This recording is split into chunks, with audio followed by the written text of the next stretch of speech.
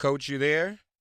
I got you. Yep. Beautiful. Folks, ladies and gentlemen, we have a very special guest with us, the legendary NFL Hall of Fame coach, Tony Dungy. Coach, how are you, man? Hey, good morning. I'm doing great. Thank you. How are you? I'm just fine. Happy belated Martin Luther King Jr. Day. Yes, sir. Yes, sir.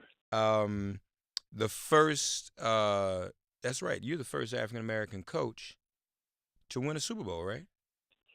Yes, and something I'm very proud of. That was a great moment for me and for our family and our coaching staff, and just it was a wonderful time in my life for sure.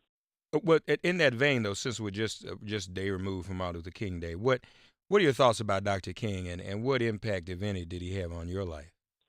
Oh, it had a tremendous impact. I grew up in the '60s. I remember, seeing Dr. King on television so many times, and I remember as a 12-year-old, um, just hearing the news that he had gotten killed, and just wondering, man, what is our country coming to? Why is this happening? And talking to my dad about it, and what the hatred was, and it was something as a young person you don't really fully understand, but as I grew up and went further along in life, I think Dr. King's message just resonated with me more and more, that you have to do what you can to make our country better, and you have to overcome hate and ignorance with love and understanding. And Yes, that sir. was a great message, in my opinion. Yes, sir. Yes, sir. Were you able to apply any of Dr. King's inspiration to your coaching career and in coaching young men? Oh, absolutely, absolutely. And I wanted to make a difference with young people. I wanted to give people opportunities and demonstrate that if given the chance, that you could overcome some things. And one of the things I think I was most proud of, I was glad that our teams won, and we had a chance to win that Super Bowl and all of those things. But just giving some young African American men opportunities, and I was very proud to have given Lovie Smith his first coaching job in the NFL, and Mike Tomlin his first Yeah, coaching job, and then yeah, to see those guys go on and go to Super Bowls. Herman Edwards, Leslie Frazier, guys on my staff that grew and came up through the system because someone gave them a chance. yeah, That was yeah. pretty important to me. I think we call that a coaching tree nowadays, don't we? I guess. Yeah. No, that trust me, brother. That's what it's all about, and we all appreciate you for that. You have a new book out. Tony Dungy, folks, has a new book out. The Soul of a Team is his latest book. A modern day fable for winning teamwork. The soul of a team. Um, what a team? Place where you have people coming together, where it's a business, a family, an organization that you want to get the most out of. Being talked about having something that's bigger than you, and being committed to that, and being committed to each other, and helping other people.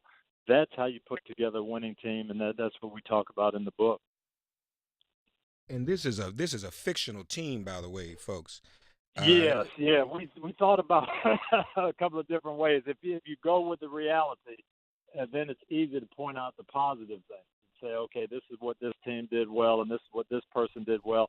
Sometimes it's a little harder to point out the negatives. So we use a fictional team, but some of the stories you can kind of figure out. If there's a wide receiver that uh, doesn't show up, throws a temper tantrum, and doesn't come to the last game, when people can say, "Well, who was that? Was that this year? Was that last year? Was that down the road?"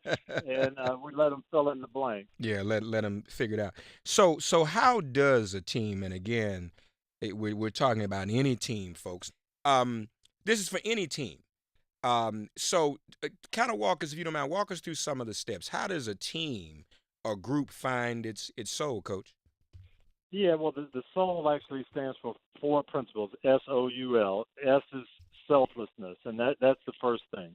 How to get people to give up the individuality and thinking about themselves first. And it's not to say you don't have individual goals, not to say you don't have a personality, but you're ready to put those underneath the good of the team and be unselfish. And that's the S. O is owning, just the person that's there for support. Every role is important, and you have to fill a lot of roles. You can't have a team with all stars. Mm-hmm. As much as we'd like to think that doesn't work. Um, so I've got to be able to accept my role and do it to the best of my ability. And then the U is for unity, and that is coming together and saying we're going to have one purpose. We might not all think the same. With staff meetings, everybody's got ideas how we should attack the other team. But the head coach at the end of the day has to say, well, out of all of these plans, A, B, C, and D, I think C is the best. Well, can we come together and be unified? If my idea was A and the head coach says C, can I still go along with it and be the best soldier that I can be, Mm-hmm. and having Mm-hmm. that unity? And then the L, I think, is the most important, and that is having a larger purpose. How do you get people to be unselfish? How do you get them to be unified? How do you get them to accept their role and own up to it? Well, you have to have a bigger purpose. If the goal is only to make money or only to win championships, then it's hard to get everybody to do that. But if your goal is to create something special, to build a heritage, to build a legacy, if your goal is to help other people, then it's easier to get everybody on the same page. So that's how you build the soul in a nutshell. Well, and I know we're talking about more than sports. Coach Tony Dungy with us, folks. But I found even in sports, the winning programs and teams have the best organization from Absolutely. top to bottom. You can't have like a Tony Dungy on the field and then a clown in the front office. You know what I mean? I mean it Yeah. works when everybody's on that page, and frankly, I'm glad you've codified it and written them down. But I mean these principles that you're laying out for us this morning are consistent with principles I've actually seen you practice over the years.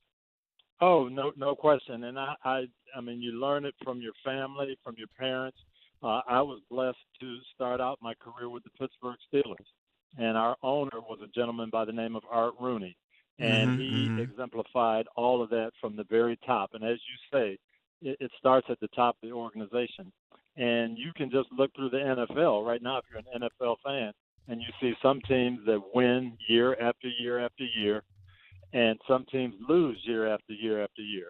The players change, the coaches change, Right, right. but it's the mindset that the organization creates. And those top organizations, the Pittsburghs, the New Englands, just the way they're run and the way they start at the top, they have a great opportunity to win. Yeah, right. And you see that, carried on, and Yes, without mentioning names. I think some of y'all know what we're talking about too. We talking about good organizations and teams that win every year versus teams that don't.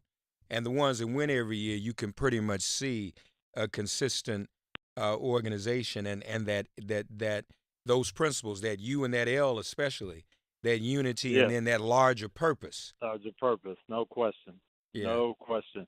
I remember walking into the Steelers my first day as a young rookie player in 1977, and Coach Knoll telling us, welcome to the National Football League. You're getting paid to play football. And then a few Mm. days later, Mr. Rooney, the owner, says, welcome to the team. Hey, you're now representing the Steelers. We don't want this just to be football.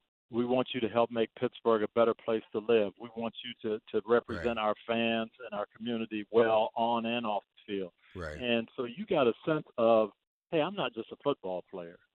I'm part of this community. We want to be the best at everything we do. Yeah. And we want to do it the right way and do it well. And we took pride putting on that uniform. Yeah. Yeah. No, you're right about that. In full disclosure, just hearing you speak this way and talking to Tony Dungy, our guest folks, you don't know this about me, but I was a student at John Thompson's when I was at Georgetown. I was a student Mhm. manager for the Mhm. Hoyas, and Mhm. so I know I don't need to say any more to you about that, about a larger purpose. We Yep. we all Yep. got that under him, Yeah. and even though I was a basketball manager, I would like to think I don't do the things I do today or have the purpose in my life I have today without having gotten that experience. You know that that Absolutely. that that, Yeah. that there's a life beyond sports. The O in this, owning your role. I think in another way to say that, kind of like knowing what your lane is, and Yeah. excelling in that lane. A lot of folk like to cross lanes without signaling, don't they? Yeah, and the other part of that is sometimes you can think, well, my role's not big enough, Right, and right, if I right. had a bigger role, I could do more. And again, that's where Coach Noel was so great. Everybody's important. Everybody's job is important. When I got there, we had 47 players. I was the 47th guy, Okay. but he coached me and made me feel like if I didn't do my job well, we weren't going to win. So I came into Hmm. practice every day excited that I had to do my best because my little contribution was going to make a difference. And um, that's a great quality in a leader or a head coach, to make everybody feel important and not have people thinking, oh, I wish I did more, I wish I got paid more, I wish I got the ball more, all of those things. No, do what we need you to do well, and we're going to succeed as a team.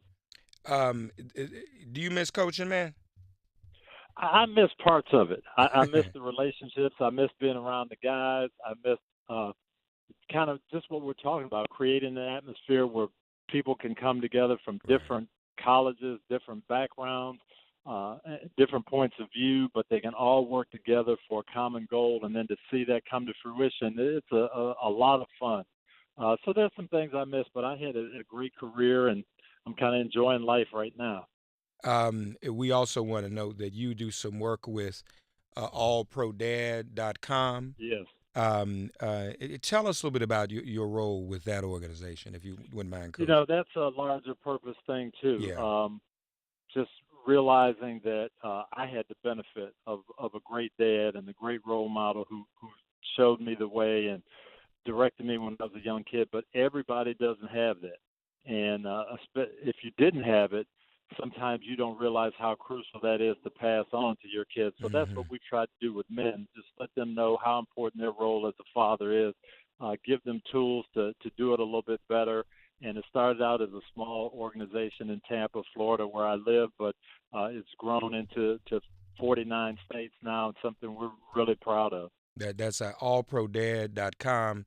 And Coach, I can't help but say this as I look at your book, The Soul of a Team's Selflessness, Owning Your Role, Unity, Larger Purpose. I'll be honest with you, and I know this may not be your intention, but it's me talking. But I think the NFL as an organization ought to apply these principles and could apply these principles, and Well, we maybe need it, yeah, and and maybe that even that comes. resolve the situation with the anthem and Colin. Yeah, I yeah, see I oh see yeah, you applying these principles.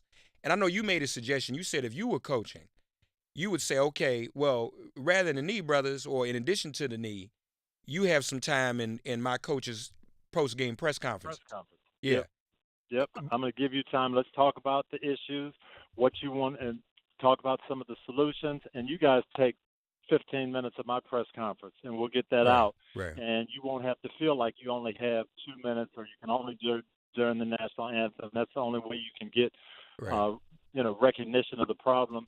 Hey, let's work together and resolve this. Yeah. And I think the league needed to do that. I admire the unity part on the part of some of the players, that even the white players who got the point. They weren't dissing the anthem or dissing the troops. Some even the white players were with the black players and said, we're going to be in unity with you because we understand this is an issue that's on your mind on and off the field. And so I saw a strain of team unity even in that. Mm-hmm. And that's still, Absolutely. that's valuable, still.